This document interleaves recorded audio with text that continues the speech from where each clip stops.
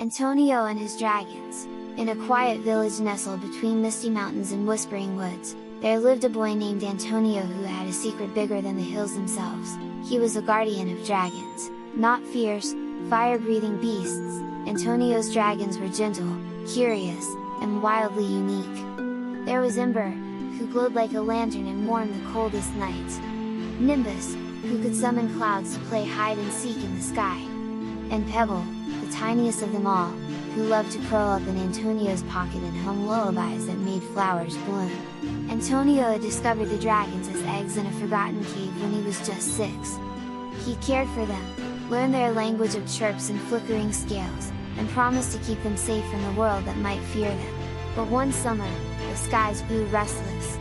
A storm unlike any other rolled in, dark, wild, and whispering secrets. The village elders said it was the return of the Wind King, a spirit who once ruled the skies and sought to reclaim his throne by stealing the magic of creatures like Antonio's dragons. Antonio knew he couldn't hide them anymore. He climbed to the highest peak with Ember lighting the way, Nimbus shielding them with clouds, and Pebble singing courage into the wind.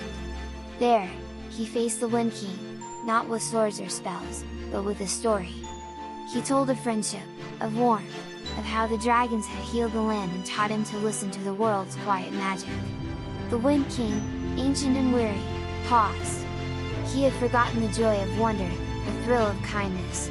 Moved by Antonio's tale, the Wind King released his grip on the storm and vanished into the breeze, leaving behind a single feather made of wind and light. From that day on, Antonio and his dragons were no longer a secret. The village built a sanctuary in the clouds, where children could visit, learn, and dream. And Antonio, the boy who spoke to dragons, became the storyteller of the skies.